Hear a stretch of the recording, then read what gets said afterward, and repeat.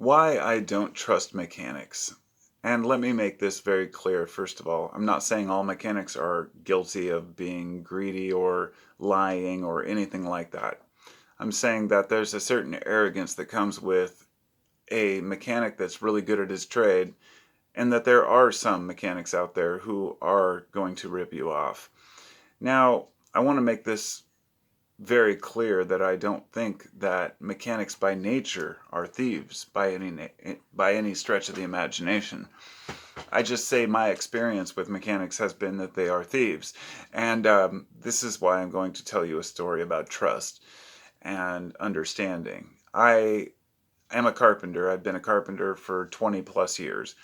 Didn't work full time carpentry all the time, of course, but I'm always building stuff around the house, and now I'm building guitars. I'm always doing something building with wood, and I've learned a lot over the years. And when I was younger, I was took on as kind of an apprentice doing home building and remodels, and I pick up on stuff pretty quick. So I was sent on some of the more fine jobs. I ended up doing detail finish carpentry, and I eventually started my own business.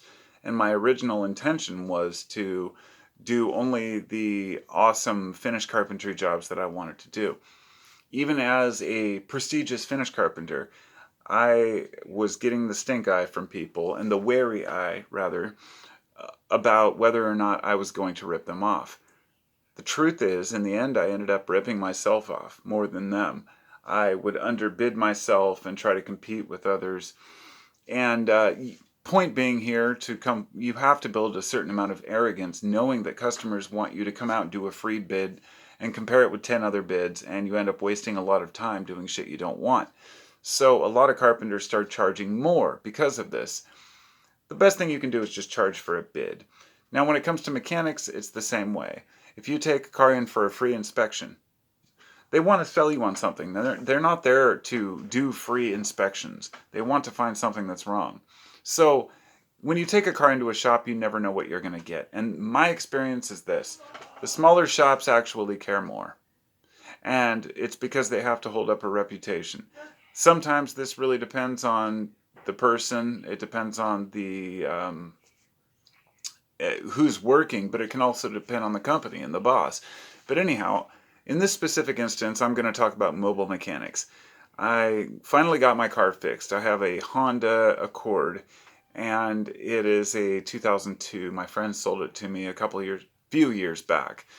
Now, it ran fine for a while. Then, one day it stopped working. Now, this is the common story with cars, except most people take their cars in and get them fixed, and then they're back on the road.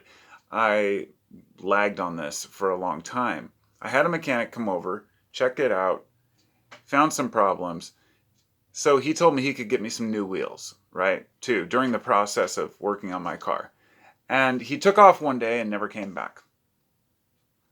Literally split with my wheels. I ended up running into him at line at like an auto parts store. While I was fixing the very car he bailed on, and I bitched him out in the middle of the store. Like, you're a piece of shit. Don't trust this guy to work. I mean, I was pissed. But point being, I finally decided to work on my Honda again after having mechanics screw me over several times. And I went to fix it. I didn't have a spark. So I got the distributor and new plugs and everything. Finally got spark. But then it started, but then it would start smoking. And I looked down and realized that the actual alternator had been sitting so long it had frozen up. So it was spinning on the alternator and it wasn't charging the battery. So I'd replaced the plugs and everything. Then I replaced the alternator. Finally got that to start. Then it would run just fine. I was like, yes. And then a minute later it would start to go, vroom, vroom. So it was an idling problem. So I thought, this has got to be a simple fix. It's a vacuum hose, a tube, some sort part of the ECM, the control module that deals with, emissions. I don't know, but I'm not a car guy, and I want to be able to trust someone. So I called a guy out. It was $60 for a diagnostic. I called up a mobile mechanic on Craigslist, one of the ones that had been posting all the time. I think I'd talked to him twice before. He had all these ads on there, honest prices, yada yada. He comes out, and he's this this big dude, really soft spoken, doesn't really say much. And then he comes out, he looks at it for a little while. I let him do his thing, leave him alone. And then he's like, I got bad news. He's like, he comes back and he points to a part in the back of the engine compartment. And it's like, it's this thing, and which ended up being one of these, or at least the whole component. Like I figured part of the intake system and the control module. I still don't know what the hell it is. Don't care. The point is, I hired him to do the job, and he says it's going to be $900 to buy the part. I'm like, what are you talking about? $900? He's like, yeah, it's going to be at least $900, probably $1,000 for the part. I'll call you later or text you with the details, and he never did. Said fuck that. Left it for another month. This has been like a year and a half, 2 years. The car sat out there. This guy, my wife says she knows a guy. Her friend from work has a boyfriend. He's a Mexican dude, doesn't speak much English, and he's a mechanic, and he'll come over and check it out. Still reluctant, skeptical. Guy comes over, within 10 minutes, he points and says, oh, it's this part over here, it'll probably be like $50.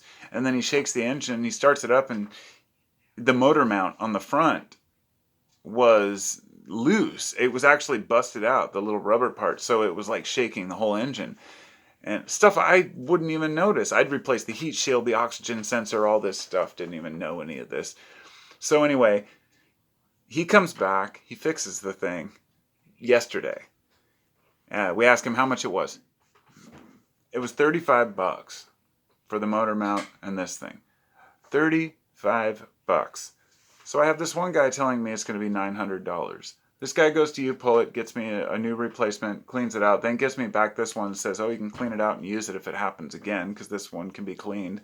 And we end up my wife just gave him $150. Like, thank you. People are more than willing to give people more than they're asking for their time, even though it took him a half an hour. You just take my money, right? Because he's honest. Didn't speak hardly any English, but he had more to prove because he cared. It doesn't matter how experienced a person is quite often. This is something I've learned. When you're hiring a carpenter, when you're hiring a mechanic, or anybody to do a job, sometimes the little guys have more to prove. They want repeat business. They care. And a lot of the bigger guys don't. The big construction companies will try to screw you over and bid more than it's worth. And it gives mechanics a bad name. Just like, as I said, I was a carpenter, and carpenters had a bad name. People would expect me to come in and try to rip them off, and that was never the case. I always cared about their well-being. I wanted to be fair. But you can't just tell people that and have them believe you. You've got to prove it. So fortunately, we finally got a mechanic to fix the car, and I guess this was just my rant and rave about bad mechanics and people who were dishonest. That I would hope that every human would come into a job site with the expectation of doing their very best before they're going to take somebody's money, and not try to screw them over. But that might be asking too much at times. That's my rant. I'll talk to you all next time. Be well. Take care of yourselves. Take care of each other. Don't rip people off. Be a good person as best you can. I'll talk to you next time.